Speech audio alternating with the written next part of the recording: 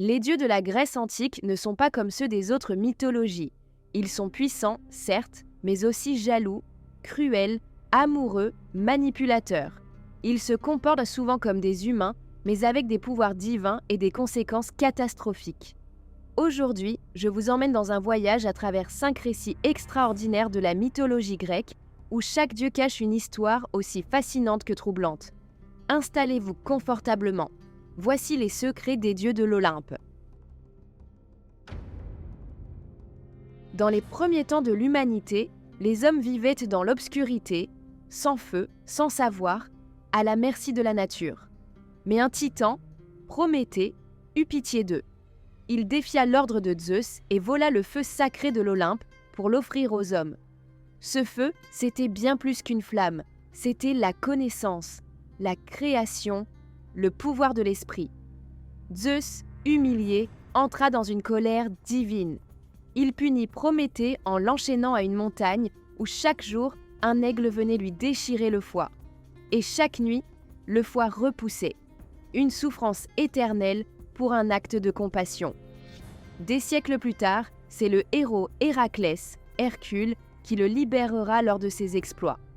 Prométhée reste à ce jour un symbole de la rébellion contre le pouvoir absolu et du prix à payer pour la liberté. Héphaïstos naquit difforme et boiteux. Sa mère, Héra, honteuse d'avoir un enfant imparfait, le jeta du haut de l'Olympe. Il survécut à la chute, recueilli par des nymphes dans l'océan. Loin des autres dieux, il apprit à forger, à inventer, à créer. Il devint un artisan génial, capable de fabriquer des armes magiques, des armures indestructibles et même des objets vivants. Un jour, pour se venger de sa mère, il fabriqua un trône doré piégé.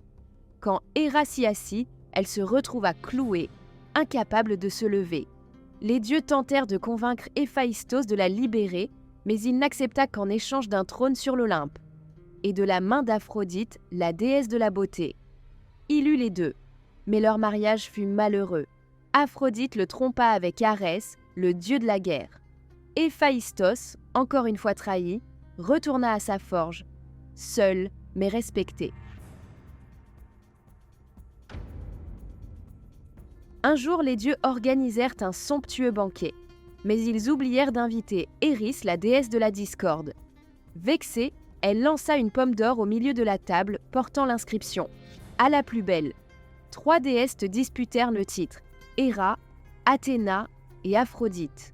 Pour les départager, elles firent appel à un mortel, Paris, prince de Troie. Chacune tenta de le corrompre. Héra lui promit le pouvoir absolu. Athéna, la sagesse et la victoire militaire. Aphrodite, l'amour de la plus belle femme du monde, Hélène de Sparte. Séduit par la promesse de l'amour, Paris offrit la pomme à Aphrodite. Mais Hélène était déjà mariée au roi Ménélas. En la kidnappant, Paris déclencha la guerre de Troie, l'un des conflits les plus célèbres de toute l'Antiquité. Tout cela pour une pomme et une promesse divine. Avant que Zeus ne règne sur les cieux, l'univers était dominé par une autre génération de dieux. Les Titans, enfants de la terre, Gaïa, et du ciel, Ouranos. Parmi eux, Cronos, le plus puissant, renversa son propre père pour prendre le pouvoir. Mais une prophétie lui annonça qu'un de ses enfants ferait de même. Pris de panique, Cronos décida de dévorer chacun de ses enfants à la naissance. Un à un, ils disparurent dans le ventre de leur père, jusqu'à la naissance de Zeus. Sa mère, Rhéa, désespérée, remplaça le bébé par une pierre emmaillotée et le cacha sur l'île de Crète. Zeus grandit en secret. Une fois adulte, il força Cronos à recracher ses frères et sœurs, Poséidon, Héra, Hadès, Hestia et Déméter. Ensemble, ils menèrent une guerre terrible contre les titans, la titanomachie. Après 10 ans de combat, Zeus triompha. Il enferma les titans dans le Tartare, un abîme sans fond, et devint roi des dieux, maître du ciel et de la foudre. La belle cité d'Athènes n'avait pas encore de nom. 2 puissants dieux, Poséidon, seigneur des mers, et Athéna, déesse de la sagesse et de la stratégie, voulaient devenir les protecteurs de cette ville nouvelle. Pour les départager, Zeus proposa un défi, offrir un cadeau utile aux habitants. Poséidon frappa le sol de son trident et fit jaillir un magnifique cheval, rapide et puissant, mais aussi symbole de guerre.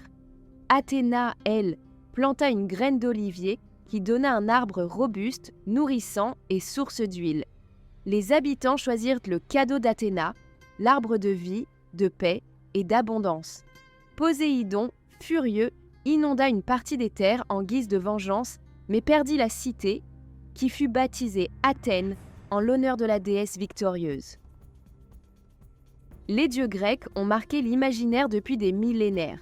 Leurs histoires nous parlent de passion humaine, d'ambition, de trahison, de courage et de destin.